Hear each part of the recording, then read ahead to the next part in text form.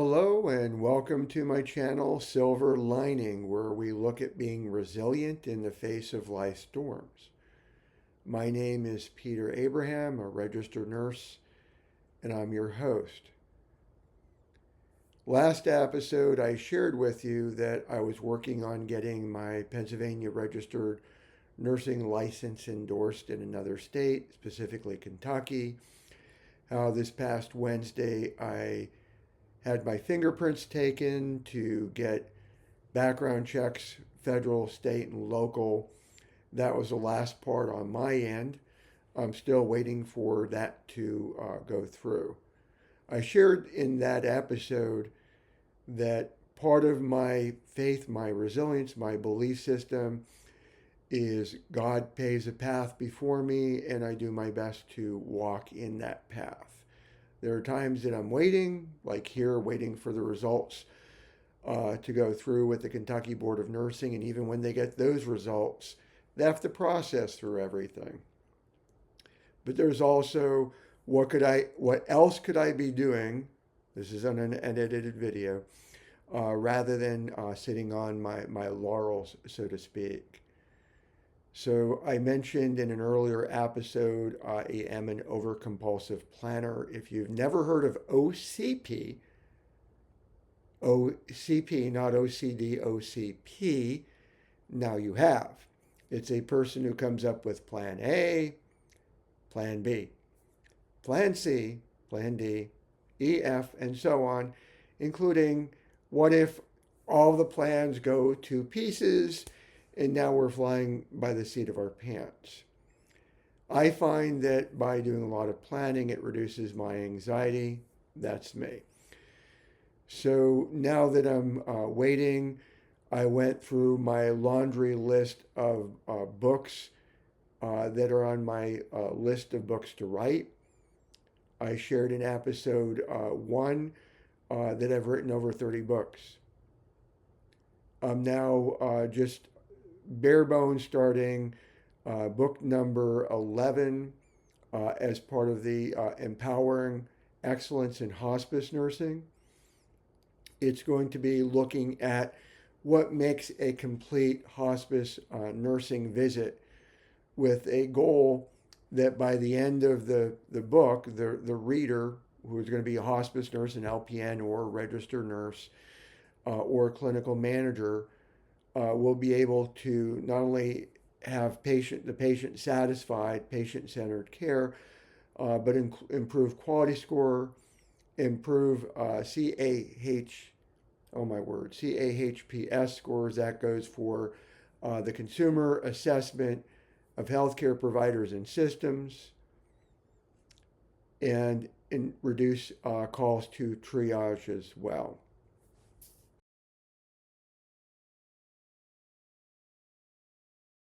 What you saw just play is a short clip of the canva.com screen. That's where I create both my ebook, aka Kindle, book covers, the paperback covers. I do have a number of hardcover books where I'll create that in Canva. I also use canva.com to create the images that I use for compassioncrossing.info, which is a blog that I maintain to help educate patients, family members, and caregivers, as well as my fellow hospice nurses and care workers on end of life topics.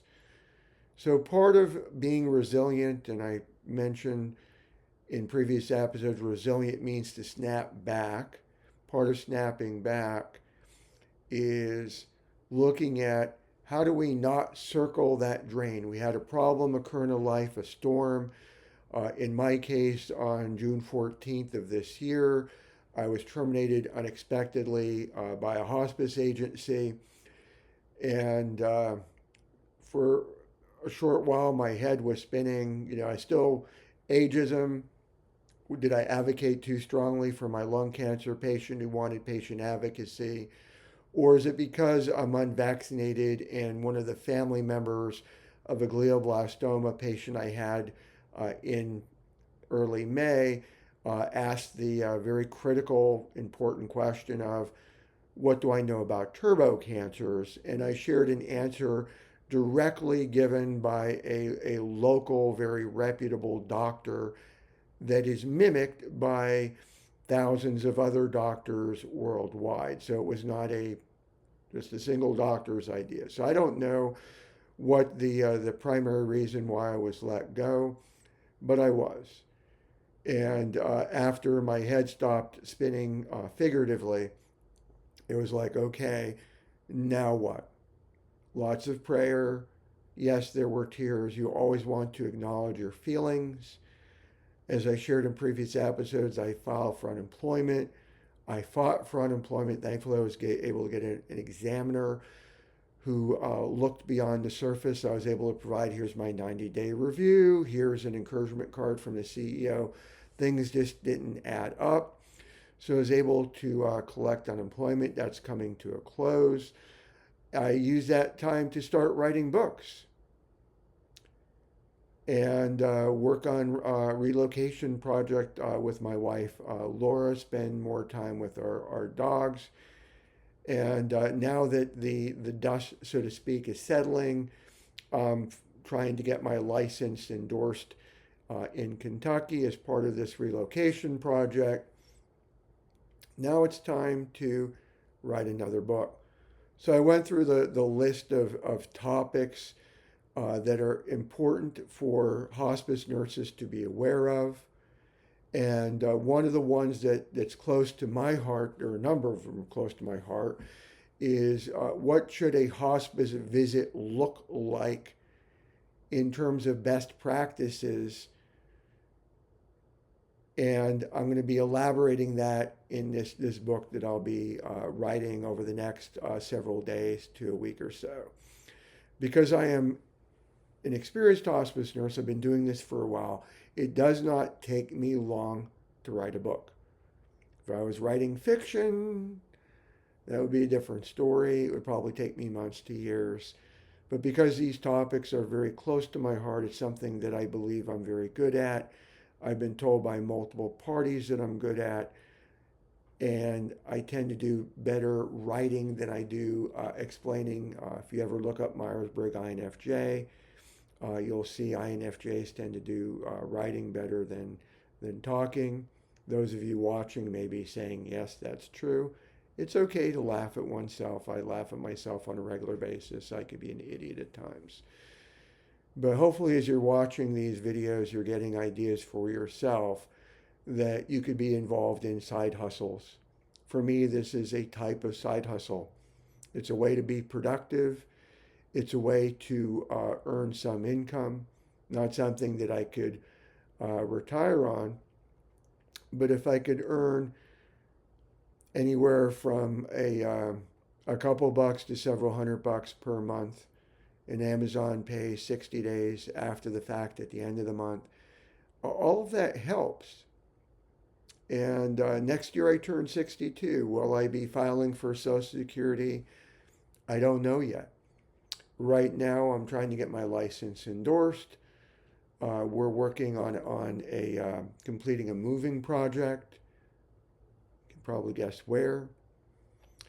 And I'm going to do my best to get a job staying in the field of hospice if I'm able, possibly looking at long-term care, maybe a clinic, maybe even working for the government, even if it is at a substantial pay cut. Not because I'm desperate for income, and I don't say that because we're rich. It's just that for me, nursing has never been about a paycheck. I do want to be paid fairly.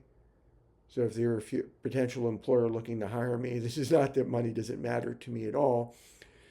But it's not the primary motivation. My primary motivation is to serve the very patients for whom I'm providing care and their friends and their family. And that's not that I want to be sidetracked with questions that don't pertain to the case that the patient's going through. But I believe that if a friend, that HIPAA compliant, so keep in mind I'm not talking about doing anything outside of HIPAA.